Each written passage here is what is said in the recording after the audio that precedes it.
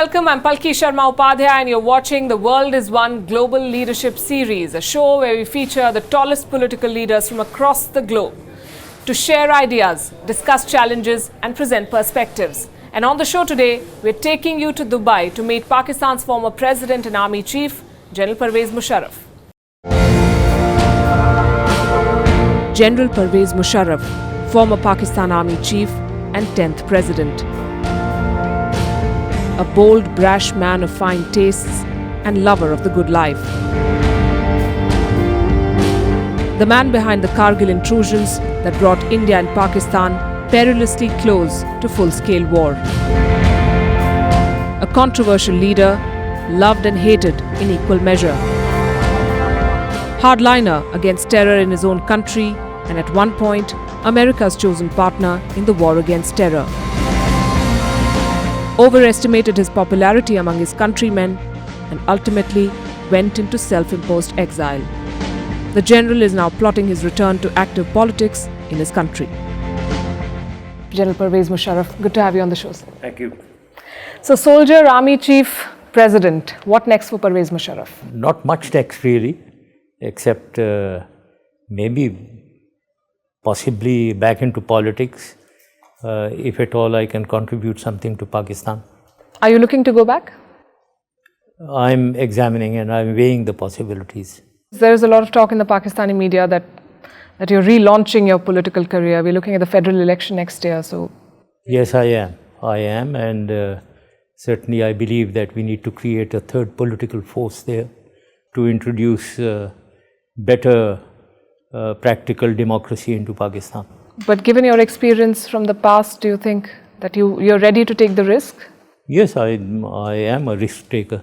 I'm prepared to take risks. You've led a very busy life. You've been at the center of a lot of historic events in your country. Do you feel cut off, probably left out here? Partially, yes, you're right. But this is very close to Pakistan. I mean, it's just a 2 or 3 hours flight. A lot of people keep coming, a lot of politicians keep coming, and I keep in touch. And then through the media, through telecommunication, one is always in contact. And as far as the world is concerned, I do move around. Like I am going within about 6-7 days. Now I have a lecture in Yale and Harvard in the universities. So therefore, I am moving around and keeping busy. You spoke about being in touch with political leaders. You've explored alliances with the MQM and Imran Khan as well in the past, and that came in for some criticism. Do you think that was a bad idea? It didn't come under criticism. I think that is the call of the day. I think the requirement of the third political force that I'm talking of needs combination or joining alliances of like-minded people who see Pakistan in an enlightened and a progressive way, and they are corruption-free, nepotism-free. So I think that is the requirement if you want to change Pakistan. Who are you looking to ally with now? Anyone and everyone. I think other than the two major parties who have run Pakistan 4th time now and failed. So where does your party stand, sir? Well, I wouldn't realistically, I wouldn't say that we are doing exceptionally well. We are going to win the next election. It is a party. It has spread. We have formed a structure for the party going vertically down to the district level and tehsil and union council levels. Not everywhere, but to quite substantially. And laterally we've opened wings. So therefore we have a good organization. But I think we need to do much more to draw people who are vote catchers and who can win in their respective constitutions. So you are looking at the election very, very seriously. You said you'll ally with anyone except for the big two. Nawaz Sharif recently said that you were looking for an alliance. You offered a secret deal back in 2007. Is that right? No, in 2007, yes, the environment was a little different, and I never offered him any deal. I went for deal with the People's Party and Benazir Bhutto. Ji. And I went and spoke to her, and we reached an agreement. I never offered a deal to Nawaz Sharif. Why do you think he's saying it then? Well, you need to ask him. What was your backup plan then, given what happened? You did not do very well in that election.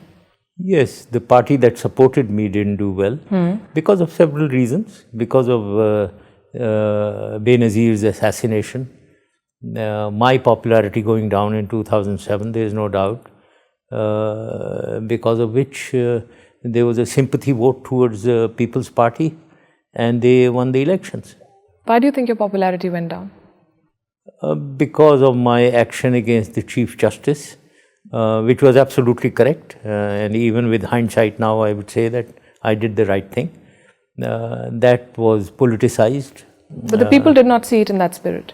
At that time they didn't, but now if you ask even the lawyers, they say that they made a mistake of supporting the ex-Chief Justice. Some say that you probably overestimated your popularity when you went back. I overestimated the support that I would get from some political people or political parties, and that didn't happen. But otherwise my popularity had gone up. I think my assessment was correct as far as my person was concerned. How do you judge that? I judge it through people who come and meet me, and I'm very realistic about it. I have I'm not unrealistically self-centered. I do believe in very correct assessment of myself. I do believe that you should never overestimate yourself, but you must also never underestimate yourself. So I try to make a very frank, very fair, correct judgment of myself in the eyes of people through contacts and my judgments. If one is practical and one is realistic and one is, one has no egos about himself, he is not conceited, one can reach a good assessment of oneself. What do you say to those who say that the man who was once Pakistan's chief strategist was done in by Facebook, that you looked at your popularity online and it was probably inflated? No, I don't think so. That's not the case.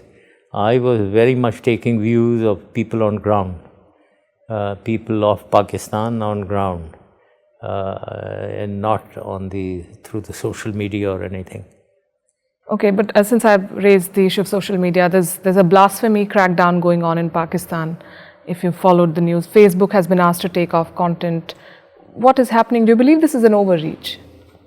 Well, I don't think so. There are issues, but I am personally against taking such actions against any part of the media. Or people. There are bloggers who've been persecuted, or some of them face the death sentence for speaking their mind. I am. Yes, there's certainly several times there is a very narrow-minded approach towards issues which supposedly involve blasphemy.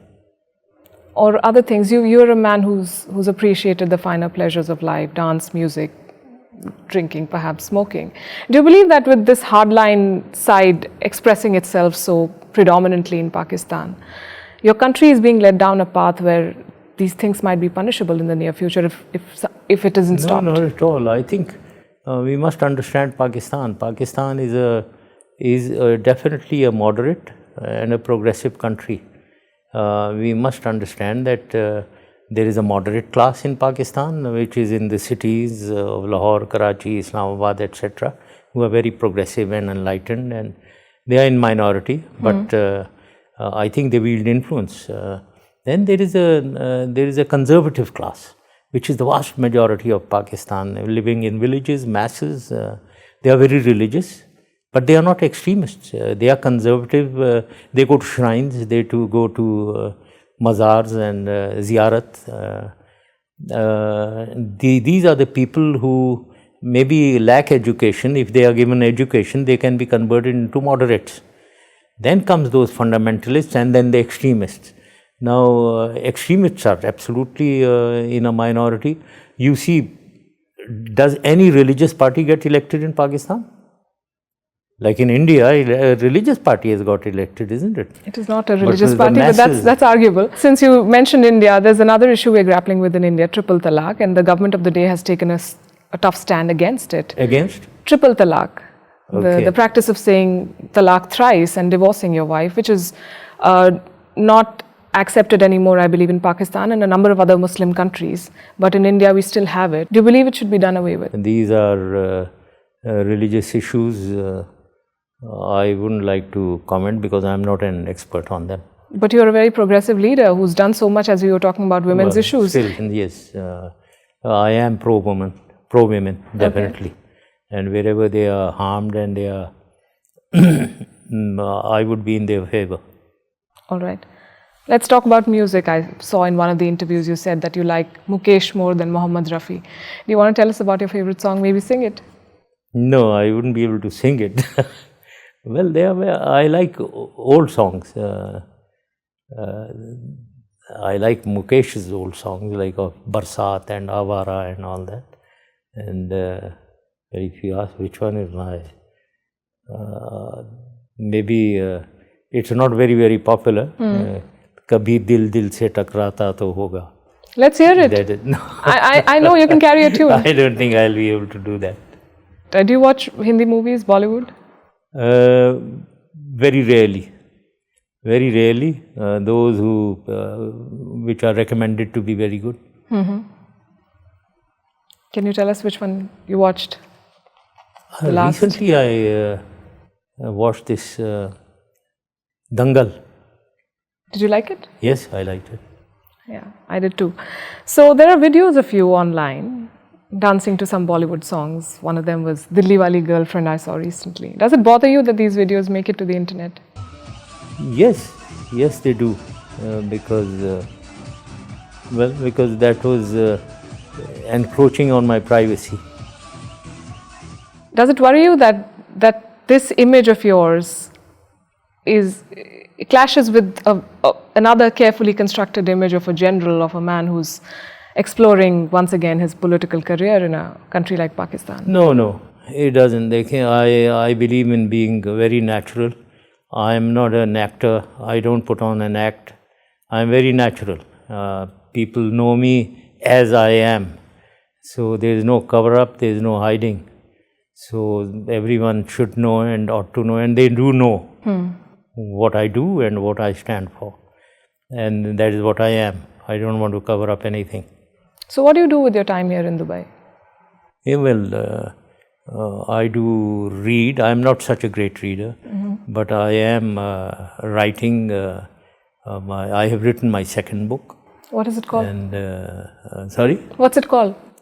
I haven't selected the name. Okay. One of the possibilities is In the Fire. From In the Line of Fire. Yeah, but I haven't decided. And then, I do play golf. I play bridge. They are both time consuming. And socialize. That's what I do. I remember reading your first book, and one of the first things I thought was, you praise yourself a lot. I praise myself. Yeah. I don't know why you got that, because I don't think so. I take a lot of care about self-projection. I remember thinking, this is one person who's very happy with himself. I'm very happy with myself, there is no doubt, but I don't praise myself. No, I wouldn't agree there. And nobody says that. This is the first time you've said it. All right. Does it upset you that after having done so much for your country in so many capacities, you're having to live here on Saudi hospitality? Well, yes, it does. It does bother me. It does bother me, and it does. I don't. We have to do a lot to improve the judicial system in Pakistan. Was it a bad idea to go back, despite the pending cases and the possible arrest? No, it wasn't. It wasn't a bad idea. I achieved a lot by going back. And showed that I'm not out permanently. I will go back. And now when I say that I will come back, people do know that I'll do it. Do you know when? No, I haven't decided. We have to, I'm watching the environment. A lot depends on the local domestic environment. My support and my ability to contribute, to achieve something, not merely to get elected from a constituency and sit in the assembly. That's not my idea at all. I'm never going to sit in the assembly, no. What do you want to do then? Create a political force, a third political force. Not necessary to lead it on to become the Prime Minister or something, no. But isn't that how a political force will deliver? Yes. Well, there are many people, many good people who can run Pakistan. So you don't want to be Prime Minister? No, I don't want to be. You want to be an advisor? We have to see. Yes, I would like to contribute with all my experience to guide somebody who's good, to guide somebody who's delivering to the country, who has passion for the country, and who wants to do good. Do you have someone in mind? Well, there are a few people, yes, who I think could be good leaders of Pakistan. Are you willing to share names? No, I wouldn't be able to do that again. When you talk about your support, how much of that is the army support? Because army, we're talking of support in what? in the sense that when the last time you left Pakistan, it was said that General Rahil Sharif helped you leave. Now there's a new general, a new army chief. Army, I've served this army for donkey's years. Yeah. And frankly, I fought wars with them. I've seen all kinds of actions. So I'm one of them. And they take me to be one of them. They can never forget me. I can never forget them. So that... And if the time comes, they'll stand up for you in always, whatever way. I think always. They ought to. And I expect them to. And they will, probably. Let's talk about the world around us. And since you demitted office, it has changed significantly. For one, we have a new American president, Donald Trump. What are your thoughts on him? Well, he's a very controversial person, there is no doubt, in the world. But he's a person, I call him, he's quite an uninitiated person in world affairs or in our regional affairs of Afghanistan, India, Pakistan disputes, etc., etc. So I think a person who's starting with a clean slate can be influenced to a better understanding of issues, to break away from the past. Or led down the wrong path? Yes, both are possible. So he offers to resolve the India-Pakistan issue, as he called it. The government of India, of course, has said no, and it's a bilateral issue. But what do you make of that offer? It's a very good offer. It's a very good offer.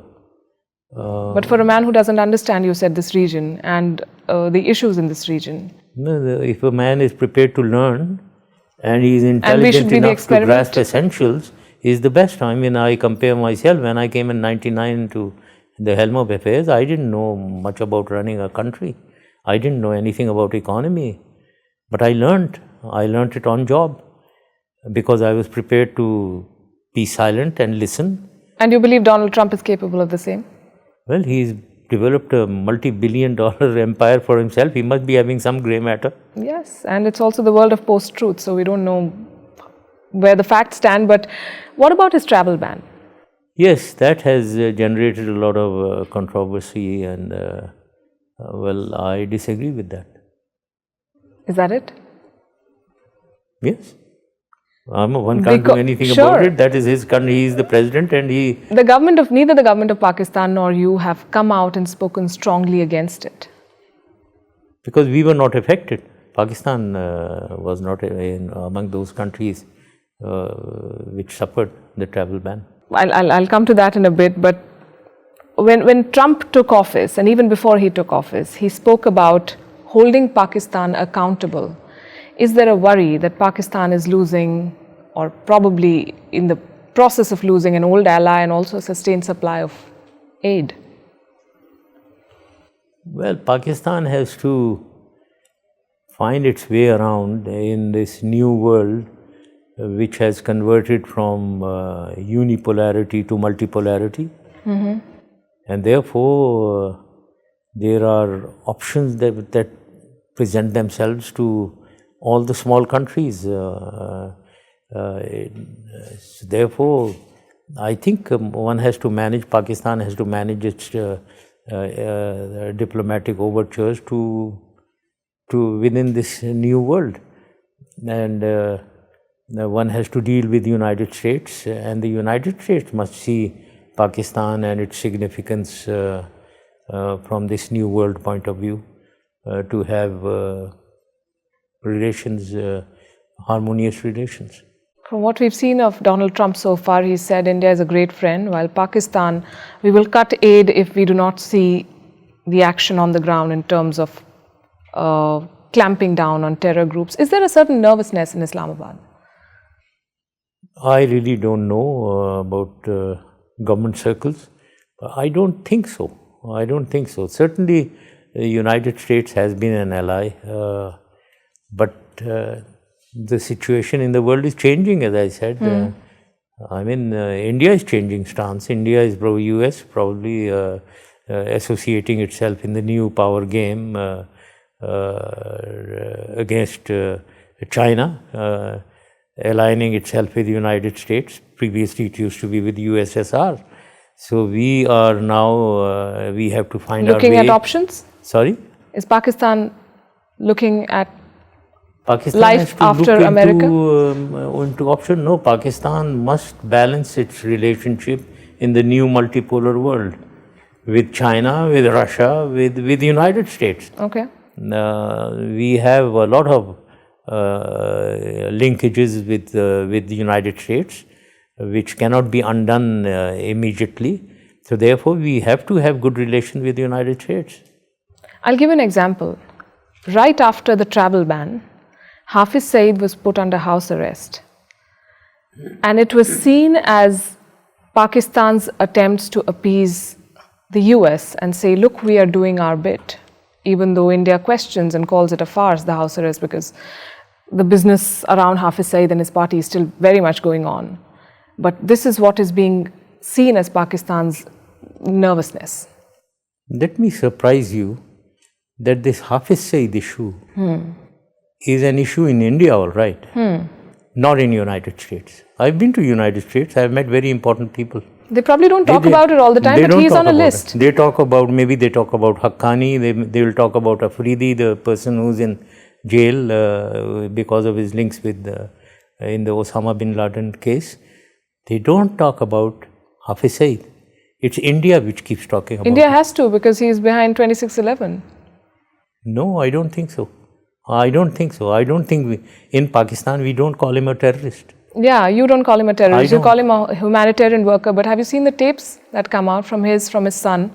Take him. One can do a lot of, when we talk of those tapes are all through one person in the Bombay incident at Kasab.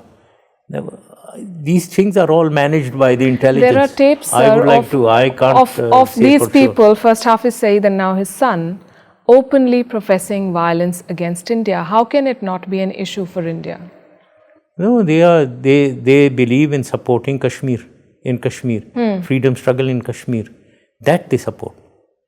I don't think they are talking of violence inside India. They talk about war. They talk about going after India. Well, I don't know. I wouldn't be able to comment. So you've met a lot of world leaders in your time, and this collage on your wall, who inspired you, who impressed you the most, if I may ask? As a leader, and with his knowledge and with his charisma, I think it was the French President Chirac. Yeah. President Chirac. He understood world issues very clearly, and he had a very charismatic personality. And you have a picture here with former Indian Prime Minister Dr. Manmohan Singh. Yes, I liked him very much. I think he was a man for peace. He wanted to have peace, and that is why we were moving forward. And he was a very, very likable person. And the current Prime Minister? We've been saying that the two countries have the best shot at striking a peace deal under the present dispensation. Would you agree? If he wants, if the current Prime Minister wants peace, yes, he is in the best position to go for peace with Pakistan. But he doesn't want it. That is the problem. So you think no picture with the current Pakistani Prime Minister? With the current Pakistani Prime Minister, no, I wouldn't. If it was there, I wouldn't keep it here. This one's interesting, with Hamid Karzai as well. Yes. Okay, if you were to add to this collage, would you like a picture with Prime Minister Modi? No, I don't mind. I don't. He's a leader of India, and if I am the leader of Pakistan, then perfectly fine. There is no problem. The Indian Prime Minister is touring the world, meeting world leaders, and has, he has a standing now in the international community, whereas the Pakistani Prime Minister is embattled in a lot of internal issues. Is Pakistan losing the race, if I may call it the race? Well, yeah, I would agree. Our Prime Minister is too involved in Panama leaks, his personal involvement in that, and we are losing out on the diplomatic front internationally. And India has taken leaps after Modi's election? Sorry, I didn't get it. India has made a lot of progress in that direction? I think so, yes. India has. Because I think Modi is definitely much more active internationally. With that, we're taking a very short break. When we come back, we'll talk about Pakistan and India and all the challenges that the two countries face. Don't go away. Don't link terrorism to Islam. That is a big folly, and that's not true. Terrorism has no religion.